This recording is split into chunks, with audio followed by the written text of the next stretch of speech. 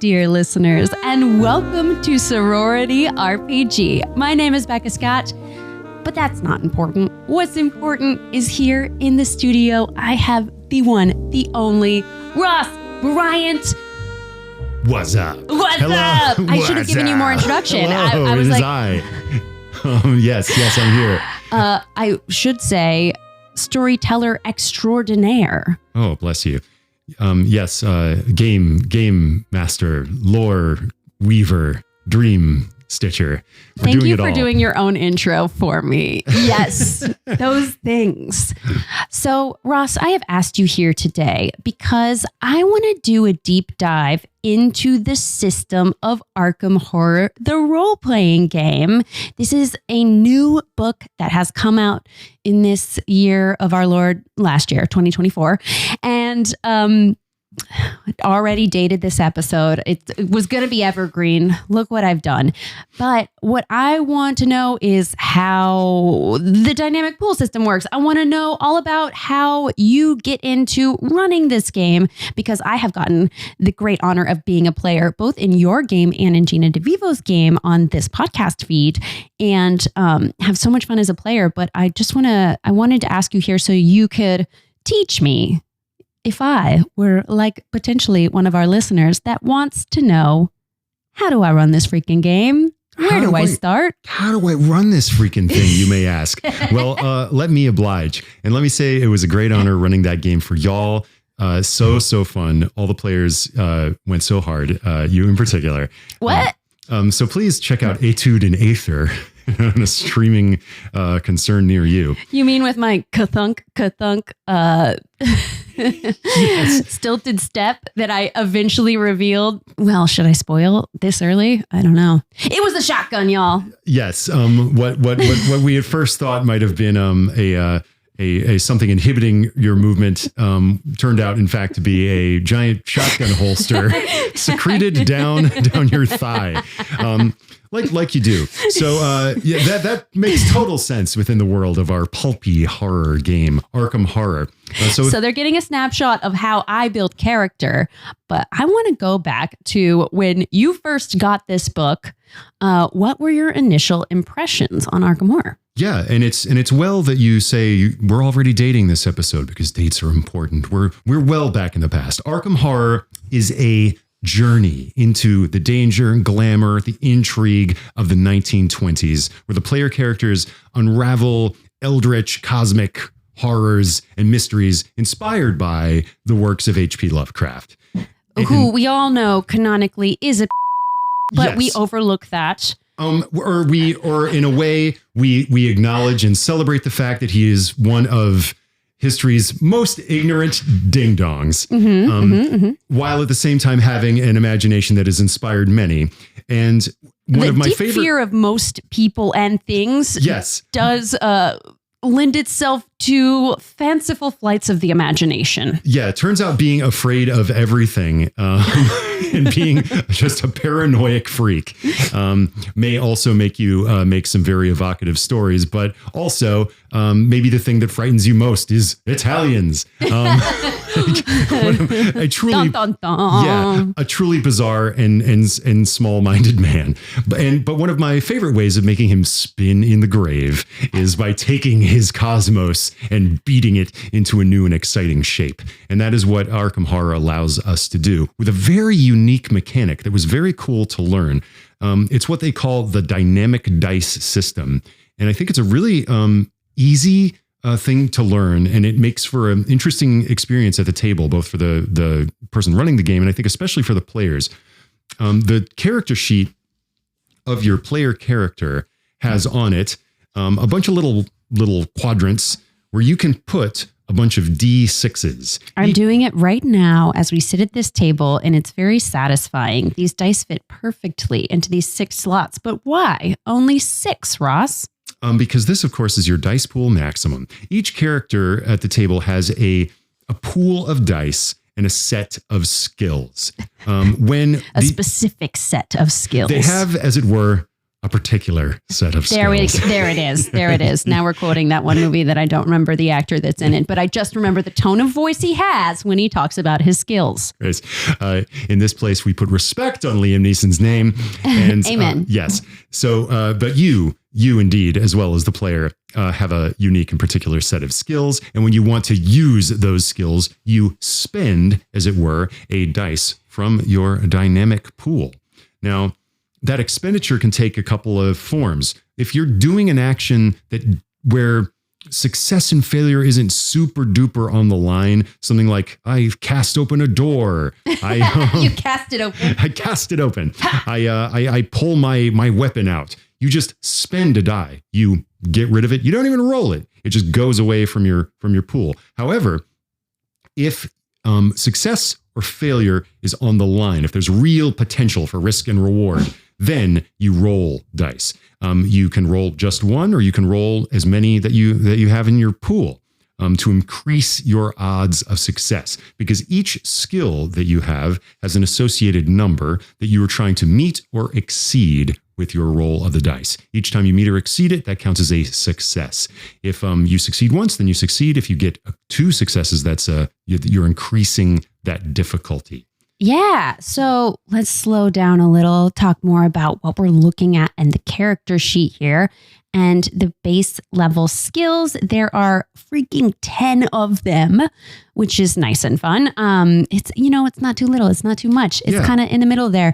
And what's different is that your numbers on the page are the lower they are, the better you are at that thing, because that's your target number to hit or above. Exactly. This is one of those games when low be high.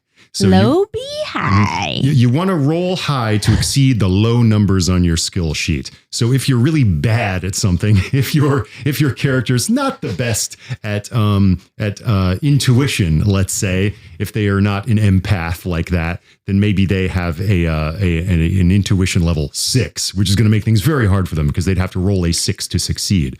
And if they're extremely good at athletics, then they might have a 2, which would put them in like the world class ability at athletics, because then they can roll a 2, 3, 4, 5, and 6 and still succeed. Yeah. But what's interesting about starting and rolling up your character is that your skills have a maximum at the beginning. Can you talk to me about why, story-wise, it makes sense to not let someone, optimize and max min, if you will?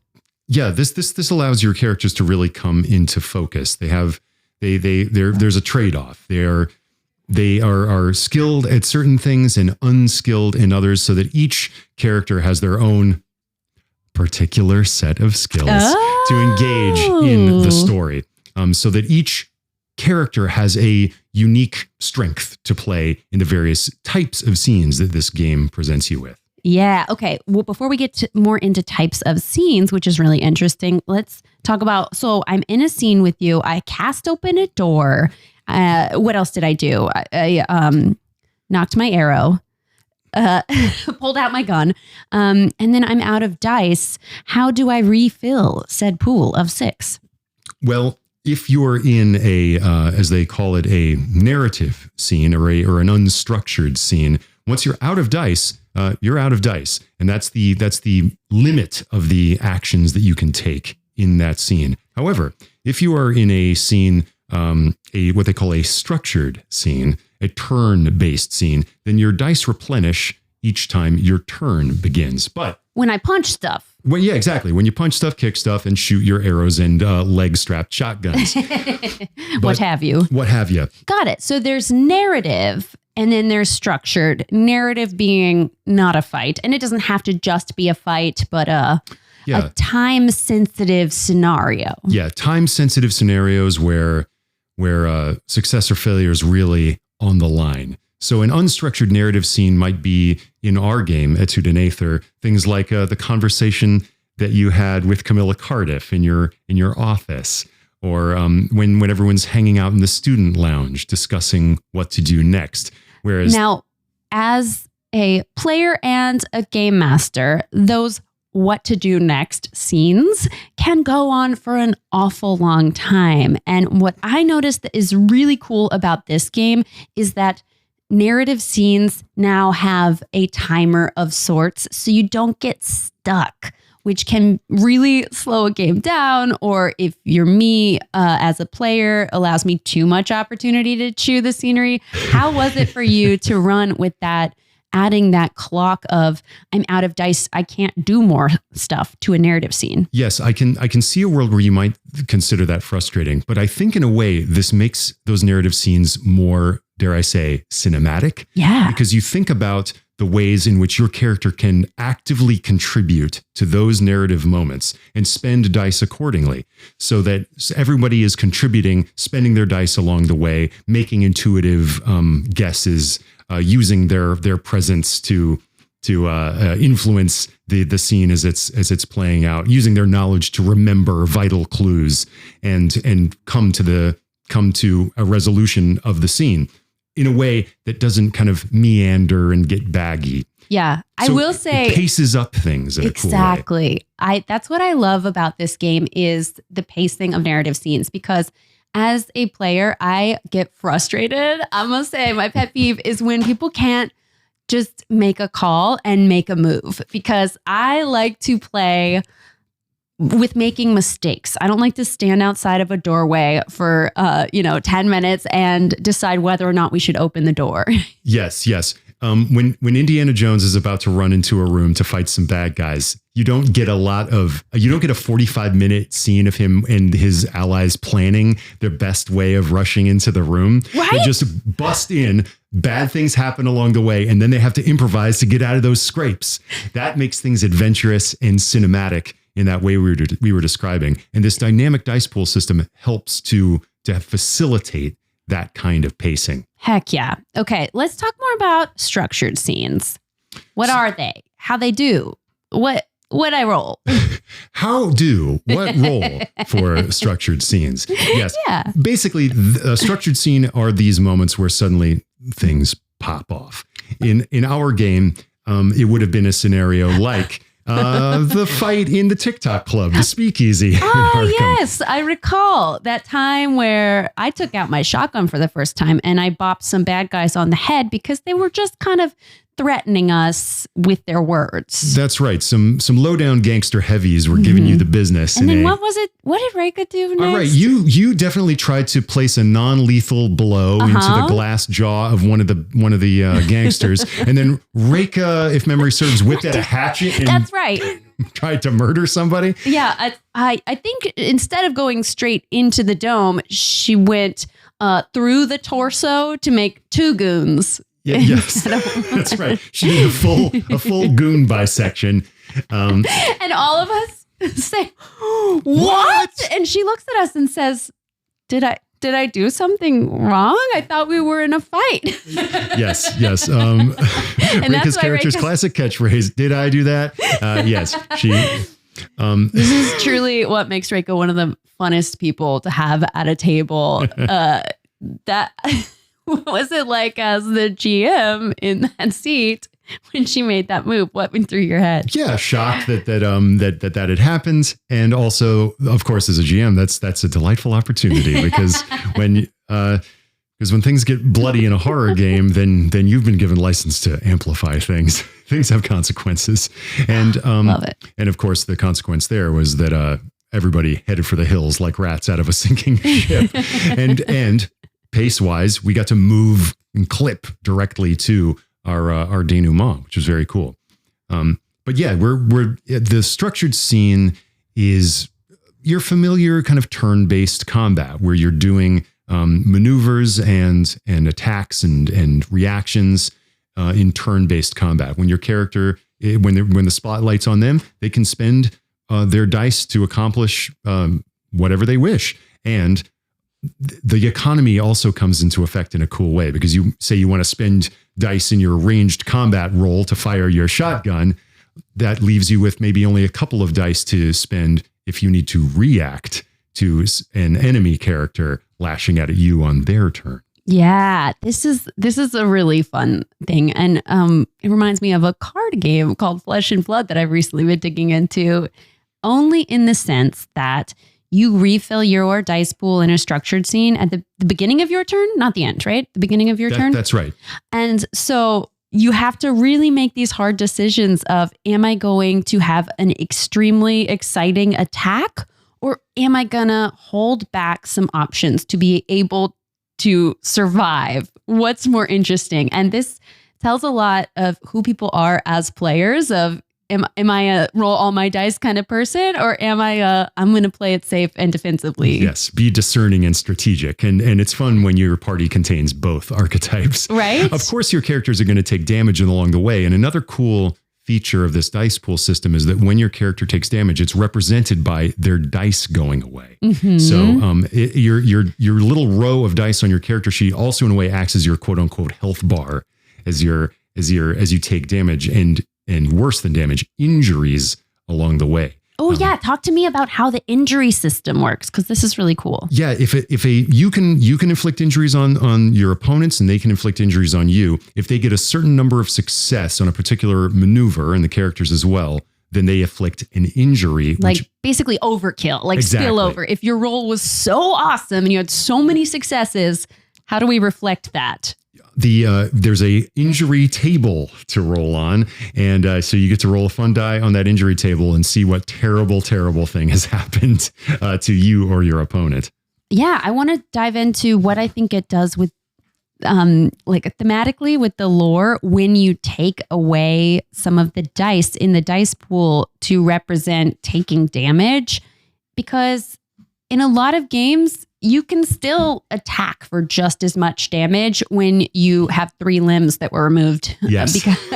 And that doesn't really make sense. I mean, it's fun to be able to get to do the stuff you put on your character sheet, of course, but it's really cool when you have less opportunity to succeed because you've been in the fight for longer. Yes, indeed. Yeah, it's very cool because it puts way more pressure on your character. Because if you take damage like this, then it reduces your action economy in this very cool way, and makes you have to make some hard decisions. Mm-hmm. And if you take an injury, then like, I don't know, you roll on the table, and let's say you were concussed. According to the table, you take a powerful blow to the head. Until this injury is healed, you suffer a -1 penalty on each die roll when performing any complex action using wits, intuition, knowledge, or lore. So in other words, all your thinking is impeded by your recent concussion. Yeah, I think this is so cool and unique that the effects are specific to the type of injury taken. Now, I'm looking at this table and I see 1 through 11 plus, but it says roll a d6. How am I going to roll higher than a 6? Well, that's because this dastardly old table says that you roll 1d6, but you add 1 for each existing injury. So as your character becomes more and more injured, these injuries stack. And you could potentially not just be concussed, but concussed and comatose. Ooh. Or concussed. And yeah, your brain works even worse when you're comatose. Your brain do work even worse. So one of the things on the injury table is loss of a sense. you could get hit so hard you lose your sense of smell. Long COVID. No, Yeah. That's on the table. Yeah. Okay, I rolled a 3. Oh, it's just a nasty cut. Don't worry. Yeah. So quite a scale of injuries to bedevil you. Oh, but this is fun. With the nasty cut, I'm bleeding badly. I cannot increase my dice pool limit by means of time, normal healing, or straining myself until the injury is healed. You know what? That makes sense. It's hard to have a restful nap when you're bleeding heavily from the guts. Yes, indeed. So as you can see, it's providing you with this fun story color, but also these mechanical consequences for all of these injuries, which, is cool, really builds out the specificity of this world. But this isn't the only kind of damage you can take, because there's another kind of damage, of course, that puny, frail mortals receive when they encounter cosmic horrors from beyond space and time. Ross, your Eldritch is showing. Always. My Eldritch is always poking out a little. Certain situations in this game inflict horror. Horror means that rather than your dice going away, you exchange dice in your pool with horror dice, probably just dice of another color. This represents the psychological toll that your encounter with these horrors is taking on your character.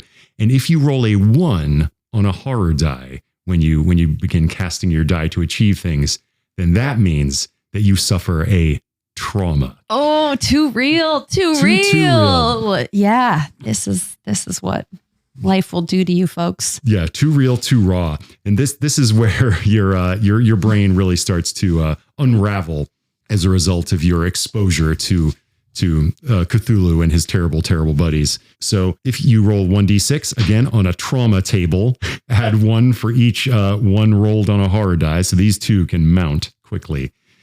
And let's say you rolled a 5.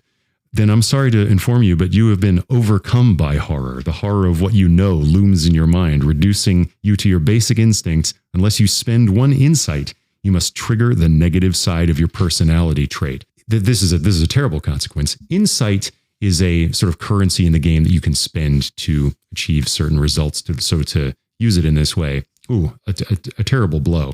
And in character creation, you have a personality trait that has both a positive and a negative side. This could be something like, I'm very curious and I'm very observant, but if the negative side is triggered, I'm extremely paranoid and obsessed.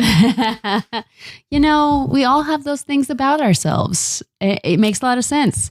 Yes. I am very good at spreadsheets and pedantic about them, and yet have very high anxiety. Yes. So, there's always the ups and the downs.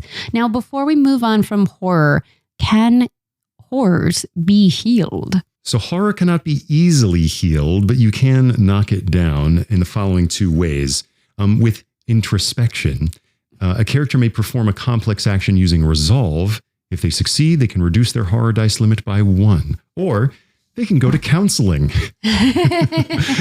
Yeah, a man will fight Dagon before he goes to therapy, folks. Truly. Counseling. A character may choose one other character within earshot and then perform a complex action using presence. If they succeed, the other character reduces their horror dice limit by 1. Oh, I love that Arkham Horror is advocating for us all to go to therapy to heal the horror that we have seen. Yes. So introspection, you can heal thyself. Counseling, you can really reach out to your friend and heal them with your support. I love it. Okay, so seeing horrors can give you horror dice, which affect your dice pool. And if you roll a 1, you receive a trauma. Can traumas be healed? Unlike horror, traumas aren't healed. No. Yes, that's because traumas don't persist in the same way injuries do. They have effects with a set duration, but after that, they disappear. So some of the traumas have a little time limit. Others, nay, they're specific to the trauma that you receive. Got it. Okay. Well, let's take a step back because we got into the structured scenes. We got into the turn-based. We got into receiving horrors. But I want to talk about the rest of the character sheet and how we built that to begin with, because there's a lot of sections on here that we haven't yet discussed. So we talked a little bit about skills and how the lower a number, the better you are at the thing. But right next to skills is insight, which you've touched on, which has a limit and remaining, which I believe we put a number value in. What the heck is insight for, Ross? Yes, insight is a resource for your player. It sort of represents a combination of intuition, luck, drive, chutzpah that makes your characters one of the main characters in our story. Excellent pronunciation there. Thank you. So you can spend one of your insight to achieve all kinds of different effects. If you perform a successful action, you can spend an insight to add another success to it, thus raising its level of success, for example. Ooh, win big. Exactly. You could spend an insight to introduce a narrative element into an ongoing scene. This could be something like a small item you forgot earlier in the game. An elephant. Yeah, sure. I can have an elephant? The element could be an elephant. I can put an elephant in the room. Yes. Okay. You can absolutely put the elephant in the room. I love that. So this is kind of a way for the characters to take a proactive hand in the storytelling if they wish. Right. But I believe it's very limited in the amount. It's not free flowing, right? Yes, absolutely. The book describes it as something small that they find earlier in the scene, an element in the environment that could be useful in the situation, such as an unlocked back door of a place you want to sneak into. You could spend an insight to introduce an element like that. maybe not necessarily like, I have a flaming magic sword that shoots lightning. Well, that would be cool, though. Can we say that would be cool? That's up to your storyteller's discretion. Okay. I love it. I love that it has this special, like, one-off. And if your character sheet doesn't have this magical thing that you think would fix the situation, and you haven't done this yet today, you could do something super cool that you didn't think of before. That's right. Oh, that's really fun. Okay, so just below insight is where personality trait is mentioned. What, pray tell, is a personality trait? Yes. Well, after you've kind of in character creation done your sort of cursory conceptual dreaming about who they are, like what your general ideas of what their background is, what their social class is, this kind of stuff that flavors your character. It's important to choose a personality trait. And this is sort of a heading for what is the nature of their personality if you just had to give it a name. Some examples of traits from the book are things like optimistic, selfless, cautious, imaginative, skeptical, things like this. Now, each trait in the book has a corresponding positive and negative side. So for cautious, these provide you with ways of using your insight to get a specific result according to the trait that you have chosen. Okay. Everybody has their own custom way of using insight related to their personality trait. Precisely. So a cautious person could spend one insight to give themselves an advantage on all complex actions they perform with 2 or more dice until the end of their current turn. Ooh, I love the mix of flavor and mechanical practical usage. Very much so, yes. And on the other hand, we just saw how traumas can get you to show the negative side of your personality trait. So if you are cautious, after being triggered during your character's next turn, they must spend half the dice in their pool to move directly away from any and all opponents by the most easily accessible and safest route. Okay. Again, the good with the bad. How would I make these spreadsheets, though? So yeah, once again, this is a cool way of when you're dreaming up your character, of flavoring it with this sort of heading of their personality trait, but giving you these cool mechanical ways that it comes into practice and play. Beautiful. Now, there is so much packed into just the top half of this character sheet, but there is still 1.5 additional pages that can be filled with so many juicy details that this book provides you with options for, which I love. Let's just briefly talk about what's a knack. Now, knacks are sort of like, if I had to say what they are, they're like special abilities. Special abilities, there are certain ones that any character can take, and there are certain knacks that you can take depending on what sort of character archetype you're choosing. There's a whole menu of character archetypes. In addition to that trait, there are archetypes such as adventurer, believer, guardian, hunter, mystic, etc. These are sort of characters that are at home in the mysterious, horrific, pulpy world of Arkham Horror. And each one of them has a cool menu of knacks to take. And each one of these are special abilities. Yes. Okay. So this does lend itself to talking a little bit about the lore of where we are in time and the types of what you called glamorous and intriguing adventures that come out of the way that this game is structured. Personally, I love a rogue. And I love that it has these just kind of like, I always find it's easier to be creative within a box versus like, okay, anything's open to you. Agreed. It's very fun to color within these lines. I find this sort of structure very liberating to my imagination versus someone just giving me a blank piece of paper and saying, write me a story.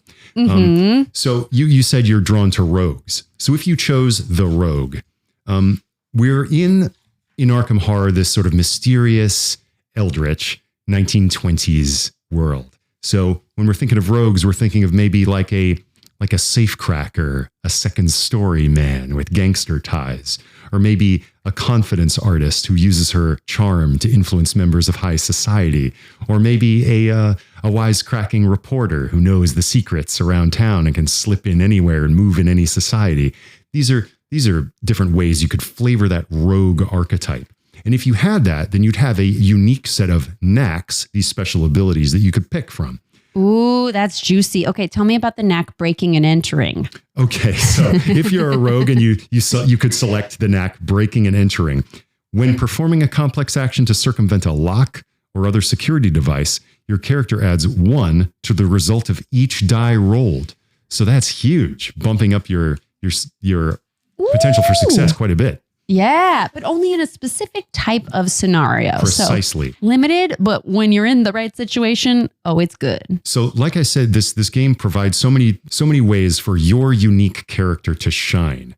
So character creation allows you to really build up a character with unique and particular sets of skills. Hey, there we go. For you to really come into play when your time in the spotlight comes. We've talked a lot about the structure of this game, the mechanics of the character sheet, and that is all well and good. And I absolutely love the way this is set up. But the other thing that I want to know about is, where are we in space and time aside from 1920s? Yeah, we're specifically in the 1920s in New England, and specifically in the Lovecraftian location of Arkham, Massachusetts, where Miskatonic University is. If you're familiar with the Lovecraft mythos, then these are locations that you are familiar with. But I am familiar, yes. Indeed. Spooky spots. Yes, Arkham, a spooky atmosphere where the veil between our world and the dimensions where unspeakable things dwell is thin. Now, tell me, why would people move to this town? Yes, look, are there some Dagons, Cthulhus and stuff? Sure, but the school system is great. Miskatonic is one of the finest institutions of higher learning in New England. You make a great point. So look, there are trade-offs in any community. Yeah, there are great, cute coffee shops and places to raise a family. Are you going to have to deal with some fishmen and shoggoths? Yeah. Now and then. Right. A small city with maritime charm and gothic atmosphere. In the book for Arkham Horror has great, thorough, and colorful descriptions of so many different locales, landmarks, places to visit, surrounding environments, both rural and urban. Yeah, we mentioned the TikTok club where we went in your game you ran for us, and I thought that was off your dome, but that is right here on the map from the Arkham Historical Society. Yes, that is decidedly not off my dome, but leapt straight from the page of the tome. Not from the dome, but from the tome. Yes, the TikTok club is a beautifully rendered location from the book. And it was such a cool idea that I just had to include it. And this book is crammed with exactly that sort of colorful location, and also colorful non-player characters to interact with. Yeah, and you mentioned the beautiful artwork in these pages. I mean, truly spooky, ethereal, very photorealistic, yet the colors kind of make it elevated. It's really beautiful, and it really helps me to feel within the world. Yeah, this book does a great job inviting you into the unique, mysterious atmosphere that you are creating with your friends, and giving you a sense of the tone. And speaking of tones, it also does a great job of describing the world of tones that you can move in this game. Not just horror, but mystery, sort of pulp adventure. All of these, you can be in your Lovecraft world, but you could be a little bit Dashiell Hammett. You could be a little bit Indiana Jones. You could be a little His Girl Friday. It's all up to the imaginations of you and your fellow players. Now, Arkham Horror is an amazing game. Thanks to Edge Studio for designing this fabulous book, for sponsoring this podcast. But Ross, I have a couple more questions, and they are just for you. Ooh. What is it you love about the horror genre in the RPG world? Why is this the world that you choose to live within? You freak. Big ol' freak. 7 days a week. Becca, to take your question seriously, I am attracted to the idea of the sublime. The sublime contains within it the heights of beauty, splendor, these moments where we make contact with the numinous and lose ourselves in experiences that are sacred and beautiful. But the sublime also contains that which is profane, horrific, blasphemous, tortuous, and deranged. These things are both contained within every human person. Our imagination liberates them, and exploring them allows us to learn more about ourselves. And I love that horror games give us a chance to both touch the sublime and the beauty of hope in the face of insurmountable odds, and also to plumb the depths of our shadow selves by learning about the dark and uncanny creatures that your imagination can bring forth. And I find all of that so compelling.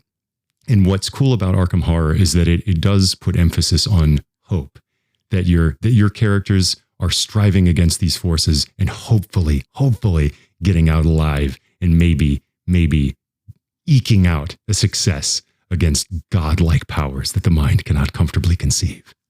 Oh, phenomenal. What an exquisite way of saying you can't have the good without the bad. Okay, one last question for you. I have such a blast playing in your games. I've been lucky enough to do so a few times.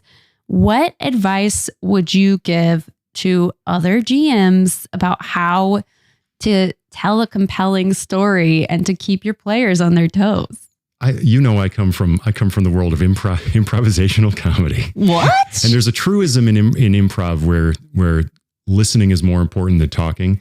And obviously, if you've come this far, you know that I talk, and I do like to ramble, and I do like not just that. You know, good words. I do like me a word. I love that I always have to Google several things in any conversation that we have. I love a juicy polysyllabic word, and I like going out on the ledge of my own vocabulary and seeing if I can stick the landing. Googling polysyllabic. Yes, I am sesquipedalian. No, I don't know that one. But it's a lover of large words. Oh, nice.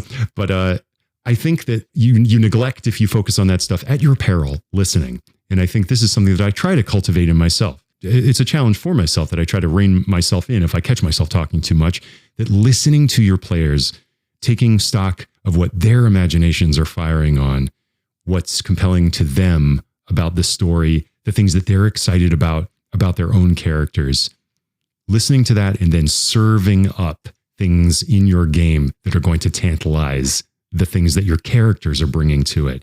That's going to be the thing that's going to make the game so much more rich. When the game stops being your one-man show and starts being a conversation between all of the people involved at the table, then it's all our imaginations working as one to create something that's more than the sum of their parts. So beautifully said. It is also my continuous mission to seek out new civilizations. No, to become a better listener, because that makes you a better player and a better friend, better dang friend. Yes. Well, I think we'll leave it at that. Ross, it's been an absolute delight to have you on the Sorority RPG podcast feed. Oh, it was my pleasure. Thank you so much for having me. It's an honor playing in y'all's games, and it was a pleasure rushing your sorority. Thank you so much. We will put you back in your dorm room in the middle of the night, and we will remove the bag from your head, but you cannot know our location. Thanks to all of you listeners. Hope that you are enjoying the things we're putting in this feed, and there is more to come. So make sure you subscribe or follow or whatever button on whatever system you're on allows you to continue to support us. We appreciate you so much, and spook you later.